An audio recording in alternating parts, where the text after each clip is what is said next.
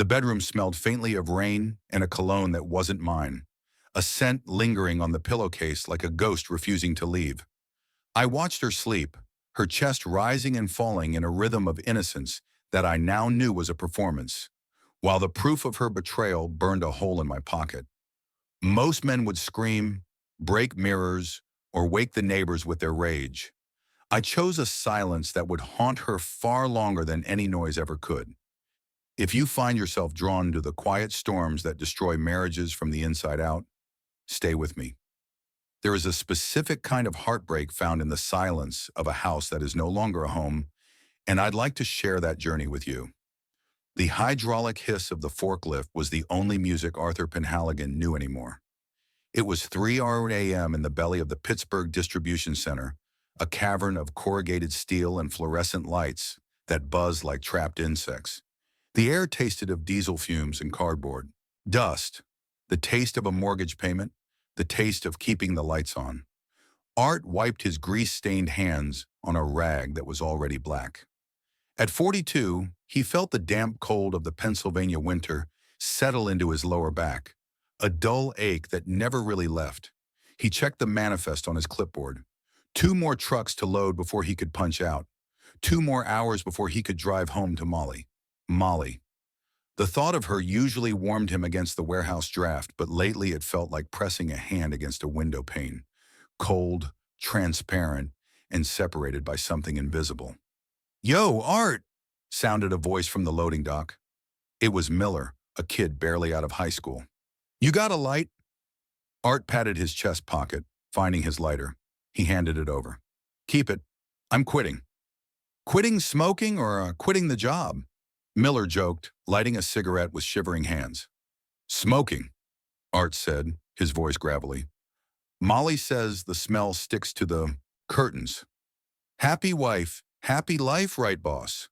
Art didn't smile. He just nodded, turning back to the pallets of electronics destined for people who slept in warm beds at this hour. Happy wife. The phrase felt like a stone in his shoe. By the time Art pulled his rusted Ford F-150 into the driveway of their duplex, the sky was bruising purple with the coming dawn. The house was dark, silent. It was the only house on the block with the blinds drawn so tight it looked abandoned. He killed the engine and sat for a moment, listening to the ticking of the cooling metal. He looked at his hands, calloused, scarred, nails cut short. These were hands that built things, moved things, held things together. But lately he felt like water was slipping through them. Inside he moved with the practiced stealth of a man used to living in reverse. He took off his heavy work boots by the door, lining them up perfectly on the rubber mat. He peeled off his uniform shirt, smelling the sweat and warehouse grime, and bundled it directly into the washing machine so Molly wouldn't have to touch it. He crept into the bedroom. The room was cool. The humidifier hummed in the corner. Molly was curled on her side, facing away from the door, a mound of blankets rising and falling. Art sat on the edge of the bed, the mattress dipping under his weight. He reached out, hovering his hand over her shoulder, wanting to touch the curve of her neck, to feel the connection that used to ground him after a 12-hour shift. But he stopped. On the nightstand, her phone screen lit up, a silent notification. It wasn't a text. It was a calendar reminder, but it was 5:15 a.m. Who sets a reminder for this hour? Art leaned in, squinting in the gloom. The preview on the lock screen was brief, innocuous to anyone else. Gym with D. 6 a.m. Molly didn't go to the gym. She hated sweating. She had canceled her membership 6 months ago, complaining about the cost, saying they needed to save money for the roof repairs. Art looked at her sleeping form. Her breathing hadn't changed, but her hand, tucked under the pillow, tightened slightly on the sheet. He pulled his hand back. The distance between his hand and her shoulder was only a few inches. But in the gray light of the morning, it looked like a canyon. He didn't wake her. He didn't ask who D was. He just stood up, his knees cracking softly, and walked to the bathroom to wash the warehouse off his skin.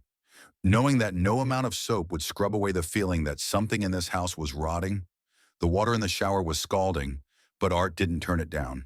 He scrubbed his skin with a coarse brush, trying to scour away the warehouse, the grease under his fingernails, the smell of recycled air, the feeling of being just a cog in a machine. He wanted to be clean for her. He wanted to crawl into bed and wrap his arms around his wife without feeling like he was soiling something pristine. When he turned off the faucet, the house was already stirring. He wrapped a towel around his waist and stepped into the bedroom, steam trailing off his shoulders. Molly was up. She sat at her vanity, the small mirror lights illuminating her face in a way that made her look younger, sharper. She wasn't wearing gym clothes, not yet. She was in her underwear. Art froze, his hand tightening on the towel. Molly was wearing black lace, intricate, delicate, and clearly expensive. It wasn't the beige cotton she wore on Tuesdays. It wasn't the comfortable sleepwear she had worn for the last 5 years of their marriage. It was the kind of lingerie a woman wore when she wanted to be looked at, really looked at. "I thought you were asleep," Molly said, catching his reflection in the mirror. She didn't turn around. She reached for a bottle of lotion, applying it to her arms with slow, deliberate strokes. "Hard to sleep," Art murmured, moving toward her. "I saw your reminder. Jim?" Molly paused just for a fraction of a second. "Yes, I'm trying to get back into shape. For us. For summer." "You look good," Art said. He reached out, placing a hand on her bare shoulder.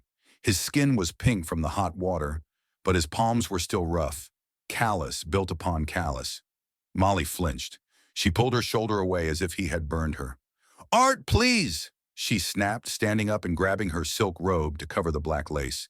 "Your hands, they're scratchy. Did you even use moisturizer?" Art looked at his hand, hovering in empty air. "I scrubbed them, Moll. I'm clean." "It's not just the dirt, Art.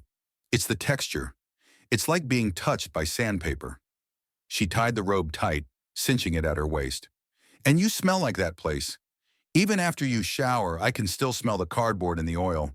It's in your pores." The words hit him harder than the fatigue. He lowered his hand. "I work hard, Molly. That place pays the mortgage." I know," she sighed, her voice devoid of empathy, only impatience. "I just need to get ready. I don't want to be late for the class." She moved past him, leaving a trail of perfume in her wake. It was Chanel, a bottle he knew cost more than his weekly grocery budget. Who wore Chanel to a 6 a.m. spin class? Art sat on the edge of the bed, the damp towel cold against his skin now. He watched her move around the room, gathering a bag that looked too small for gym shoes and a change of clothes. She was humming softly, a tune he didn't recognize. "Have a good workout," he said, his voice flat. "Go to sleep, Art," she called from the hallway. A minute later, he heard the front door click shut. He didn't lie down. Instead, he walked to the window and peered through the blinds. He watched her walk to her sedan. She checked her reflection in the side mirror, smoothed her hair, and smiled at herself. It was a smile of anticipation, a smile of someone heading toward a reward, not a treadmill. As she backed out of the driveway, Art noticed something else. He had changed her oil 3 weeks ago and noted the mileage, 42,100. He watched the car disappear down the gray street. She drove 10 miles to work and back. She shouldn't be driving much more than that. But last week, when he moved her car to sweep the garage, the odometer had read nearly 43,800 miles in 3 weeks. Pittsburgh wasn't that big. Art let the blinds snap back into place. The bedroom was silent again, but the smell of her expensive perfume lingered, masking the smell of the warehouse, masking the smell of their life. He lay down on the empty bed, staring at the ceiling. The black lace burned into his retinas. She was right. He was rough. He was tired. And apparently he was blind. The house had lost its heat. Art woke up not to an alarm, but to the sensation of his breath misting in the air above the pillow. It was 1 p.m., usually the middle of his sleep cycle, but the silence in the duplex was heavy, amplified by the absence of the furnace's familiar rumble. He dragged himself out of bed, shivering in his boxers. The thermostat in the hallway read 52 degrees. Outside, the Pittsburgh sky was a slab of slate gray, threatening snow.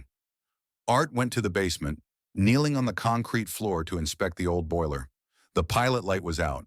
The ignition switch clicked uselessly. Dead. It was going to be an expensive fix. They shared a joint account for emergencies, but given their tight budget, he wanted to give Molly a heads up before he dropped $300 on a service call.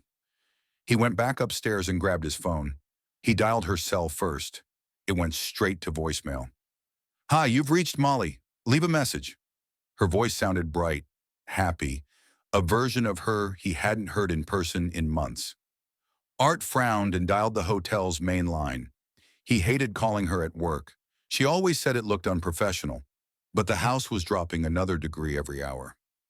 The Grandview Hotel, how may I direct your call?" A crisp, professional voice answered. It wasn't Molly. "Hi, this is Art Penhaligon. Can I speak to Molly at the front desk? It's a bit of an emergency at home." There was a pause, the sound of typing on a keyboard. "I'm sorry, Mr. Penhaligon. Molly isn't on the schedule for the morning shift today. She's not due in until the evening rotation at 4. Art felt the phone slip slightly in his sweating palm. The cold in the house seemed to seep right through his skin and settle in his gut. "Are you sure?" Art asked, his voice steady, despite the tremor in his chest. "She left the house at 6 this morning. She said she had the gym and then a double shift." "I'm looking at the roster right now, sir. It's just me and Sarah until 4. Maybe she picked up a shift in housekeeping or catering?" No, I don't see her clocked in anywhere." "Right," Art said. He felt lightheaded. I must have misunderstood. Don't tell her called. I don't want to worry her." "Of course, stay warm, Mr. Penhaligon." The line clicked dead. Art sat at the kitchen table, the phone dark on the wood surface. He didn't call the repairman. He put on a heavy sweater and sat in the freezing kitchen, watching the clock hands sweep past the numbers. 2 o'clock, 3 o'clock, 4 o'clock. At 6:30 p.m., the front door unlocked. Molly bustled in, cheeks flushed red, carrying a distinct energy of the outside world. She stomped the snow off her boots. "God, it is freezing in here, Art." "Why didn't you turn the heat up?" she complained, unwinding a scarf. She looked radiant, energized, not like a woman who had worked a 12-hour double shift. Art stayed seated at the table.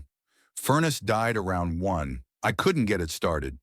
"Well, call someone." She threw her purse on the counter. "I tried to call you," Art said softly. He looked her in the eye. "To ask about the money."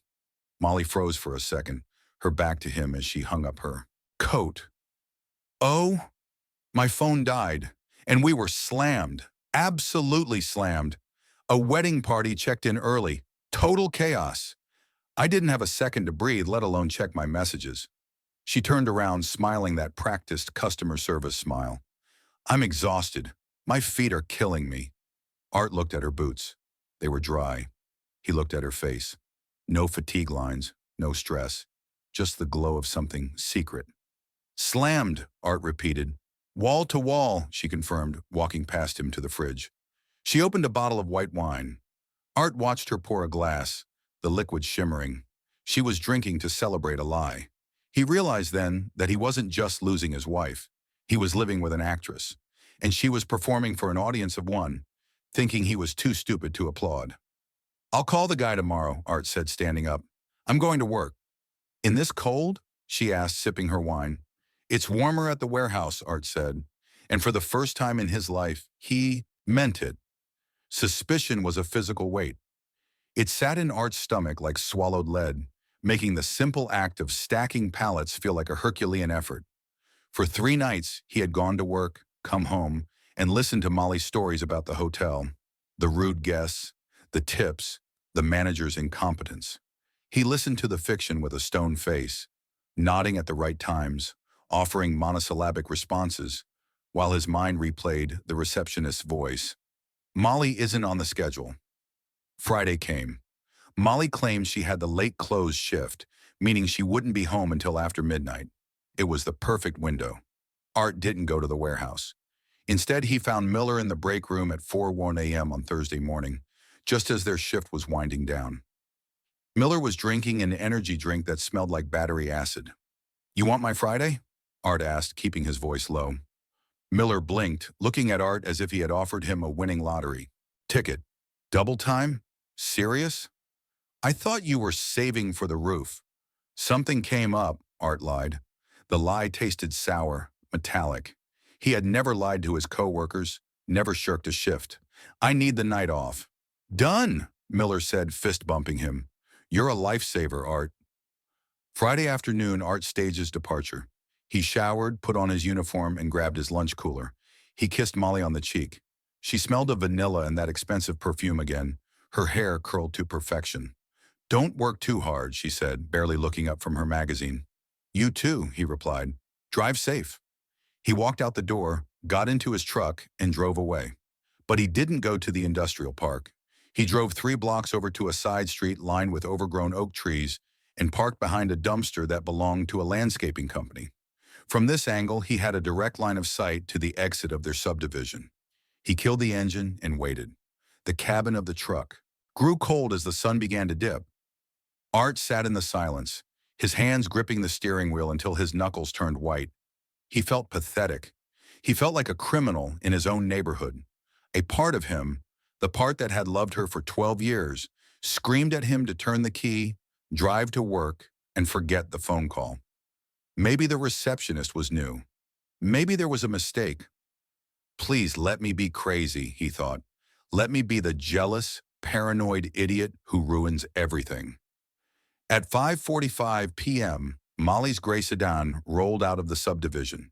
She wasn't wearing her uniform. Even from this distance, Art could see the flash of a dress, something red, something he hadn't seen in years. She had the windows down despite the chill, her hand hanging casually outside, tapping the roof to a beat he couldn't hear. She turned left. The hotel was to the right. Art's heart hammered against his ribs, a frantic, irregular rhythm. The denial died instantly, replaced by a cold, sharp clarity. Waited for 2 cars to pass, then started the engine. He didn't turn on his headlights yet. He let the truck roll forward, a ghost haunting the woman he had promised to cherish until death. He followed her onto the main avenue, keeping a safe distance. His eyes locked on her taillights. They were 2 red eyes in the gathering dusk, leading him away from the life he knew and toward a truth he wasn't sure he could survive. The chase led them away from the residential quiet of the suburbs and toward the sprawling commercial districts north of the city. Art kept 2 cars between them, his eyes burning from the strain of peering through the twilight. The heater in his truck rattled, blowing lukewarm air that smelled of old dust, a stark reminder of everything in his life that needed fixing but had been ignored. Molly turned into the parking lot of a large, generic shopping plaza.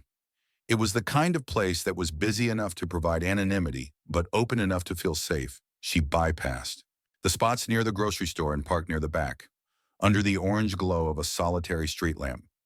Art pulled into a spot 3 rows back, killing his lights immediately. He slouched in his seat, the bill of his cap pulled low. His heart was a heavy, thudding drum against his sternum. He watched her wait. She didn't get out. She turned on the dome light, checking her face in the visor mirror again. She applied fresh lipstick, a shade of crimson that looked like blood in the harsh, artificial light. She fluffed her hair. She looked nervous, excited, alive. 5 minutes later, a silver Audi A6 glided into the lot. It moved silently, prowling the asphalt like a shark. The paint was immaculate, reflecting the street lamps in long liquid streaks. It pulled up right next to Molly's sensible, dented sedan. Art felt bile rise in his throat. The driver's door opened and a man stepped out. He was tall, wearing a tailored wool coat over a crisp dress shirt, no tie. He had the easy confidence of a man who didn't work with his hands, a man whose back didn't ache at the end of the day. This was Derek. It had to be. Molly opened her door and stepped out into the cold. The red dress she wore was stunning, hugging curves Art hadn't held properly in years. She didn't look at her car. She didn't look around to see if anyone was watching. Her eyes were locked on him. Derek walked around the hood of the Audi and met her. He didn't just grab her. He cupped her face with both hands. He said something that made her laugh, a genuine head-thrown-back laugh that Art could see but not hear. It was like watching a silent film of his own execution. Then they kissed. It wasn't a quick peck. It was slow, possessive, and terrifyingly intimate. It was the kiss of 2 people who had built a world that excluded everyone else. Art looked down at his own hands gripping the steering wheel. They were cracked from the dry winter air, the knuckles swollen. He looked at the dashboard of his truck covered in a fine layer of grit. Then he looked back at the silver Audi. It wasn't just an affair. It was an upgrade. Molly broke the kiss and practically ran to the passenger side of the Audi. Derek opened the door for her, a gentleman. She slid into the leather interior, and for a brief second before the door closed, Art saw her settle in, looking as if she finally belonged. Derek got back in. The Audi's taillights flared bright red, mocking Art in the darkness. They began to move, heading back toward the highway. Art started his truck. The engine coughed, sputtered, and finally roared to life with a coarse, uneven rumble. He put it in gear, his jaw set so hard his teeth ached. He wasn't going home. He was going to see this through to the end, even if it killed the last part of him that still loved her. The Audi led him out of the city limits, past the manicured suburbs and into the forgotten stretch of highway where the streetlights flickered and the businesses were mostly liquor stores and check-cashing joints. The landscape grew desolate, a mix of rusted chain-link fences and overgrown scrub brush coated in frost. Art kept his distance. He didn't need to be close anymore. He knew where this road went. 2 miles past the last exit, the Audi slowed and turned into the gravel lot of the Starlight Motor Inn.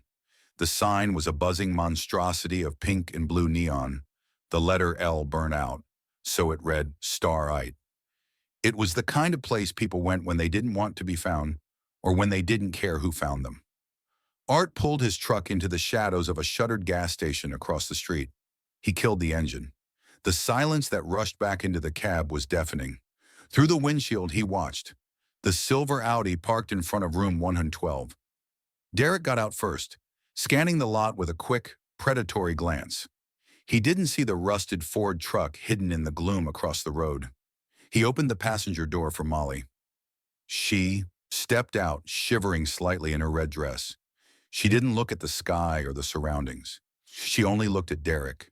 She reached for his hand, her fingers interlacing with his urgency. There was no hesitation in her step, no guilt in her posture. She walked toward that motel door as if it were the gates of heaven.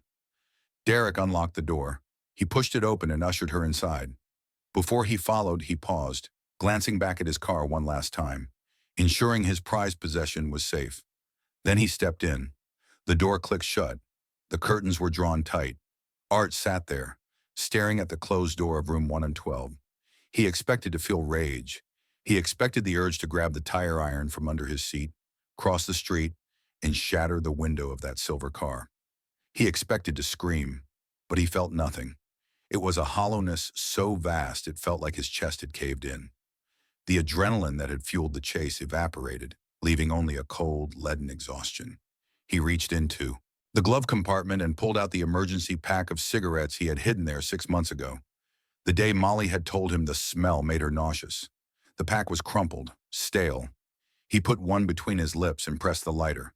The flame flared, illuminating his face in the dark cab. Eyes dry, jaw slack, skin pale. He took a long drag, the smoke burning his lungs in a way that felt grounding.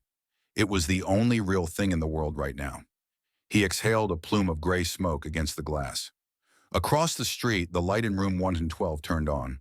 A shadow moved against the curtains. Art didn't look away. He forced himself to watch the yellow rectangle of light. This was the funeral of his marriage. It wasn't happening in a church or a courtroom.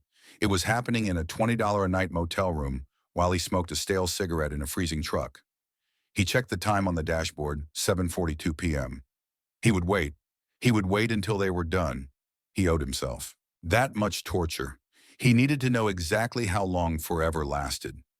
Time in the truck measured itself not in minutes, but in the slow accumulation of frost on the windshield. Art ran the wipers intermittently, the rubber blades dragging across the glass with a dry, rhythmic screech that marked the passing of their time together inside room 112. At 9:45 p.m., the door opened. The yellow light spilled out onto the gravel again, cutting a sharp angle through the darkness.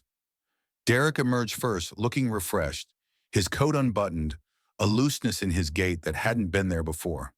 He looked like a man who had just finished a satisfying meal. Molly followed. She looked different. Her hair was slightly disheveled, the perfect curls from earlier now loose and chaotic. She was adjusting her scarf, wrapping it tight around her neck as if to hold in the warmth of the room. She didn't look at the sky or the road. Her gaze was turned inward, a soft, private smile playing on her lips that Art recognized. It was the smile she used to give him on Sunday mornings, years ago. They walked to the Audi. Derek unlocked the doors with a chirp of the alarm. As Molly opened the passenger door, she shifted her purse from one shoulder to the other, fumbling with the strap. In the motion, her hand grazed her coat pocket. Something small and white fluttered out, catching the light for a brief second before disappearing into the dirty snow and gravel near her feet. She didn't notice. Derek didn't notice. He was too busy checking his phone as he slid into the driver's seat. Molly got in. The heavy thud of the car door closing echoed across the empty street. The Audi backed out, tires crunching on the stones, and swung onto the road, accelerating back toward the city, back toward the lie. Art waited until the red taillights had dissolved into the darkness. He waited another full minute, just to be sure the silence was real. Then he opened his truck door. The cold hit him like a physical blow, biting through his flannel shirt. He crossed the street, his boots heavy on the asphalt.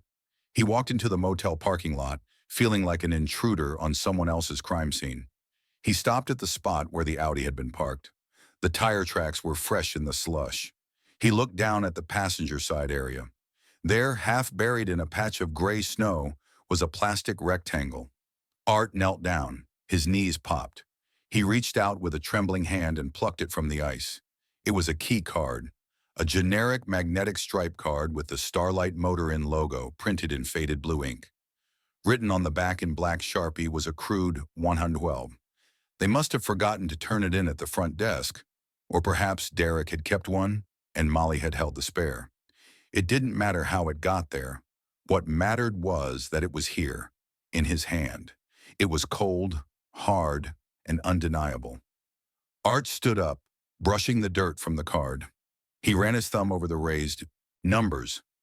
This wasn't just plastic. It was the receipt for his marriage. It was the physical manifestation of the last 3 hours, of the lies about the gym, of the extra mileage, of the cold furnace. He slipped the card into his breast pocket, right next to his heart. It felt heavy there, heavier than a stone. He turned back to his truck. He didn't look at room 112 again. He didn't need to imagine what had happened inside. He had the key now, and he knew exactly where he was going to put it. The drive back to the duplex was a blur of sodium lights and black asphalt. Art drove with the mechanical precision of a pilot navigating a storm, his mind curiously blank.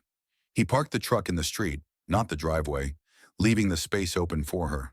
A small courtesy, a final one. The house was exactly as he had left it. Dark, cold, silent. But as he stepped inside, the atmosphere had shifted. It no longer felt like a sanctuary. It felt like a stage set after the actors had gone home. The furniture, the framed wedding photos on the wall, the throw pillows Molly had agonized over. They all looked flat, two-dimensional props in a play he had been fired from. He didn't turn on the main lights. The street lamp outside cast enough illumination through the blinds to see by. Art went straight to the bedroom closet. He reached up to the top shelf and pulled down his old military duffel bag, the canvas stiff with dust. It made a dry shh sound as he dragged it across the wood, the only noise in the house. He began to pack. There was no frenzy. He didn't throw clothes or rip hangers. He folded his flannel shirts into neat squares. He rolled his socks. He packed his 2 pairs of jeans, his work boots, and the toiletries from his side of the bathroom sink. He stopped when he reached for the watch on the dresser, a sleek, silver chronograph Molly had given him for their 10th anniversary. He held it for a moment, feeling the weight of the metal. He remembered her face when she gave it to him the way she had said, "So you always know when to come home to me." He placed the watch back on the dresser. He didn't take it. He didn't take the expensive leather jacket she had insisted he buy. He didn't take the iPad they shared. He only took what he had before her and what he had earned with the sweat of his own back. As he cleared his section of the closet, the empty space grew. The white wire rack stood exposed, a skeletal rib cage where his life used to hang. To the left, Molly's clothes were jammed together. Bright colors, silks, wools. the red dress she was wearing right now. His side was just air. He zipped the bag shut. The sound was loud, final, like a zipper closing on a body bag. He carried the duffel to the front door and set it down. Then he returned to the bedroom for the last time. He needed to set the scene. He needed to make sure she understood that this wasn't a tantrum. This wasn't a fight where he would sleep on the couch and they would talk it out over coffee in the morning. He walked to the bed. He smoothed the duvet on her side, erasing any wrinkles, making it pristine. The pillow, her pillow, was fluffed and waiting. He reached into his pocket and pulled out the key card. It was warm from his body heat. He placed it directly in the center of her pillow. The white plastic stood out against the dark gray pillowcase like a bone. Then he slid his wedding band off his finger. There was a pale band of skin underneath, tender and untanned, marking where the gold had sat for 12 years. He placed the ring on the nightstand, next to the lamp, next to the notification that would inevitably light up her phone again. He looked around the room one last time. It was perfect. It was cruel. It was silent. He checked his watch, his cheap plastic work watch. 10:30 p.m. She would be home soon. Art turned off the humidifier. He walked out of the bedroom, closing the door until it was just ajar, leaving a crack of darkness, staring back at him. Art hoisted the duffel bag onto his shoulder. The weight was familiar, comforting. It reminded him of his deployment years ago, a time when life was dangerous, but the rules were simple. Follow orders, keep your head down, survive. He was returning to that mindset. The civilian life of compromised dreams and quiet desperation was over. He stepped out onto the porch and pulled the front door shut. He didn't slam it. He turned the key in the lock with a soft, lubricated click, securing the house he had spent a decade paying for. He slid the house key off his ring and slipped it under the heavy rubber welcome mat, a mat that read, "Home Sweet Home," in fading cursive script. The cold air bit at his face, drying the sweat that had beaded on his forehead during the packing. He walked to the truck, his boots crunching on the salted driveway. He threw the bag onto the passenger seat, the space where Molly used to sit on the rare occasions she deigned to ride in his truck. He climbed in and started the engine. The old Ford rumbled to life, a rough, mechanical heartbeat that vibrated through the seat. Art didn't look back at the house. He put the truck in reverse and backed out, the red tail lights sweeping across the dark windows of the living room. He shifted into drive. Just as he reached the end of the block, a pair of headlights swung around the corner, cutting through the gloom. It was the gray sedan. Art tightened his grip on the wheel. He slowed down instinctively, his heart giving a single painful thud. Molly was driving. The interior light of her car was on. She must have been checking something in her purse or adjusting the mirror. For a fleeting second, as they passed each other on the narrow suburban street, Art saw her face clearly. She looked tired but content, the flush of the motel room still lingering on her skin. She saw his truck. She raised a hand in a casual, distracted wave. A wife acknowledging her husband heading off to the graveyard shift. A wife who thought she had successfully managed her timeline, balanced her books, and gotten away with it all. She thought he was going to work. She thought he would be gone for 8 hours, stacking boxes, making money to fix the furnace she had lied about. She thought she had the house to herself to sleep off her betrayal in peace. Art didn't wave back. He stared straight ahead, his face a mask of stone. He pressed the accelerator, the truck surging forward past her. He watched in his rear-view mirror as her brake lights flared red. She turned into their driveway, oblivious. She was driving into a ghost town. She was driving toward the pillow, the key card, and the ring. Art turned right at the stop sign, merging onto the main road that led to the interstate. He wasn't going to the warehouse.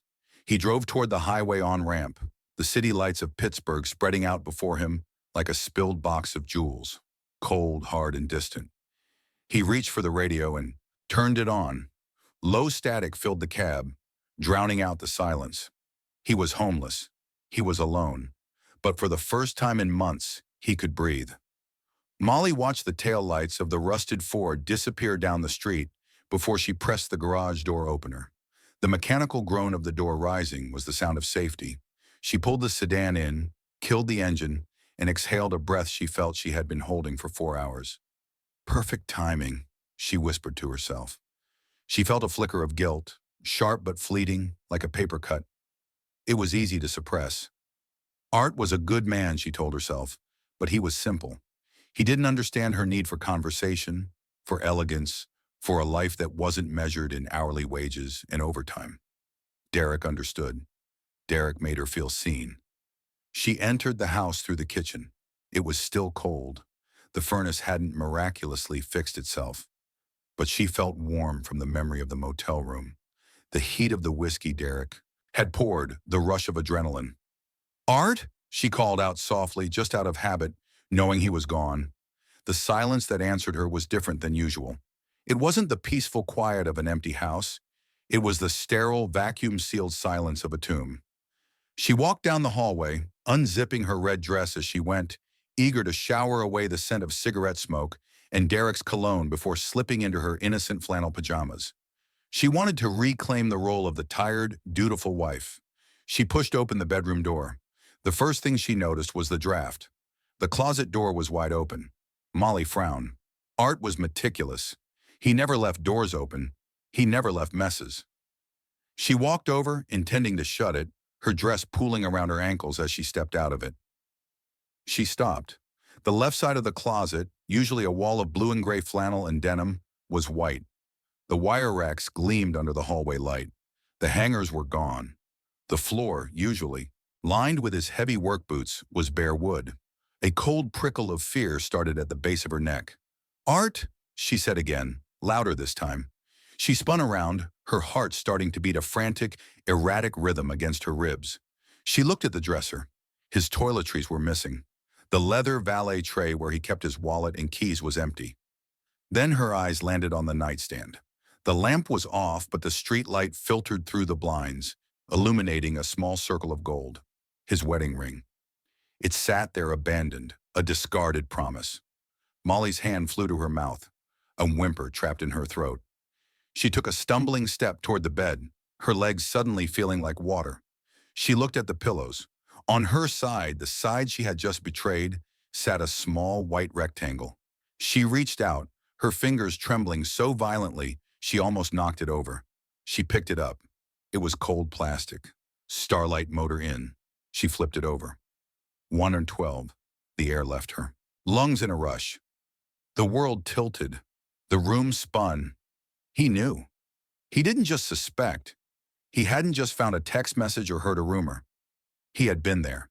He had been outside the door. He had watched her walk in. He had watched her leave. He had picked up the key she dropped. The realization hit her with the force of a physical blow. While she was laughing with Derek, while she was lying in that cheap motel bed, thinking she was the clever protagonist of her own romance novel, Art was outside in the cold, smoking a cigarette, watching her destroy him. She looked at the ring.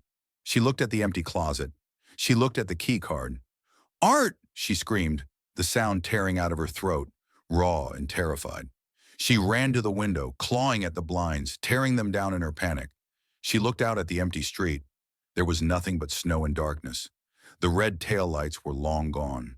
The silence rushed back in, louder than before, suffocating her.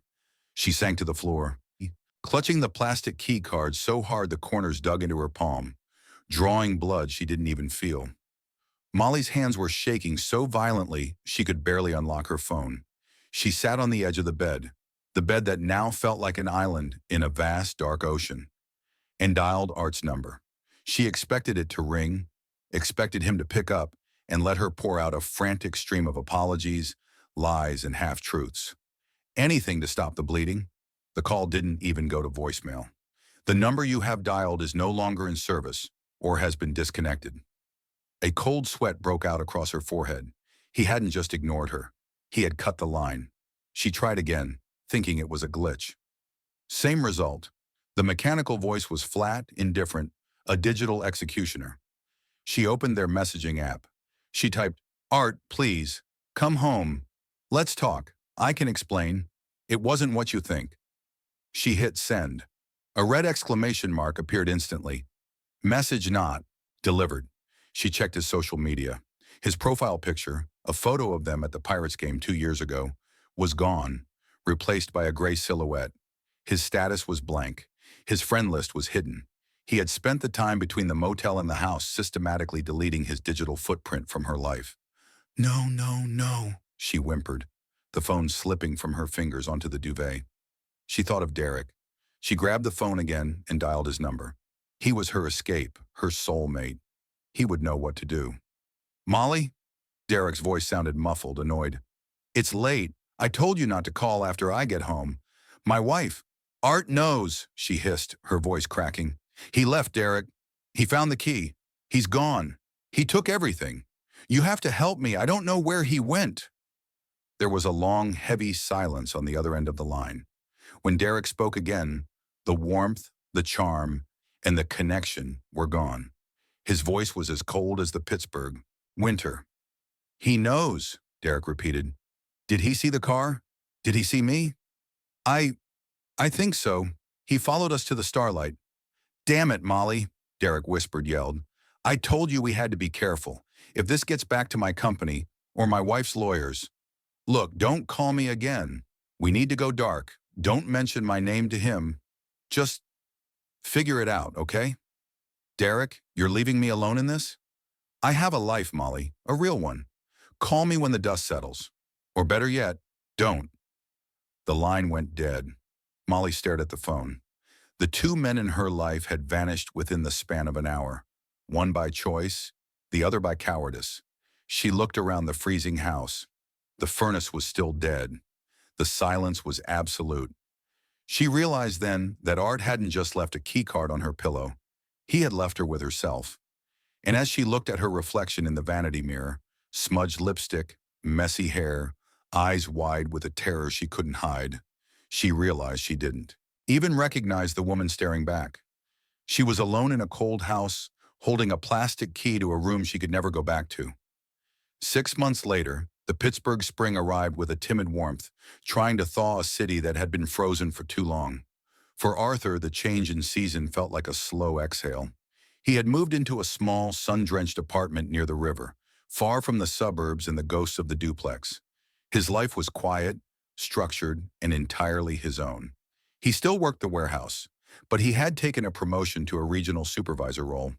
He wore a clean uniform now, his hands were less stained, and the ache in his back had been replaced by a steady, quiet strength.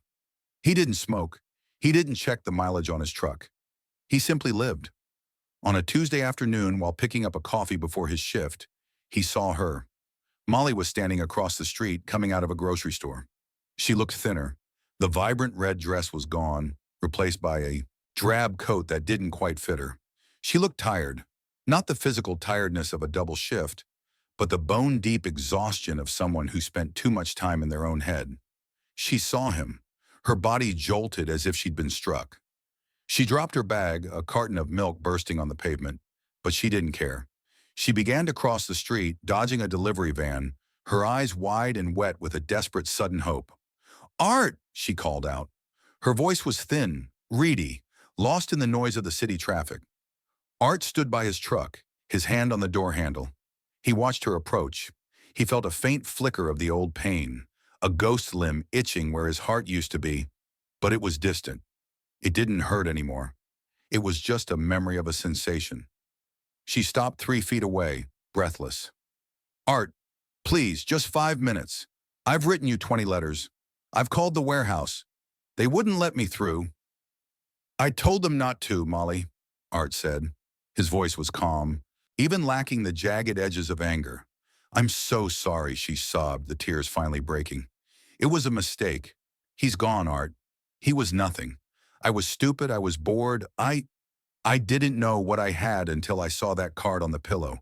Please tell me what I can do. I'll do anything. Art looked at her. He saw the regret, the desperation, and the genuine suffering in her eyes. A year ago, this would have been the moment he dreamed of, seeing her broken and begging. But now that it was here, it felt empty. You don't understand, Molly, Art said softly. It's not about what you did anymore.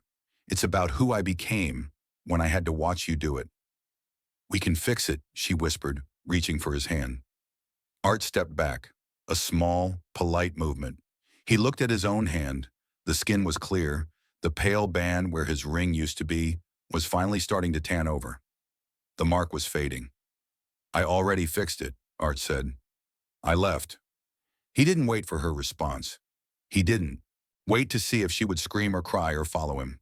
He got into his truck, started the engine, and pulled away from the curb. In his rearview mirror, he saw her standing alone on the sidewalk, a small figure in a gray coat, surrounded by the spilled milk and the indifferent rush of the city. He turned the corner, heading toward the bridge. The river below was high and fast, carrying the last of the winter's ice away toward the sea. Art rolled down his window, letting the fresh spring air fill the cab. He didn't look back. He had left the item on the pillow to end the story, and today he finally closed the book.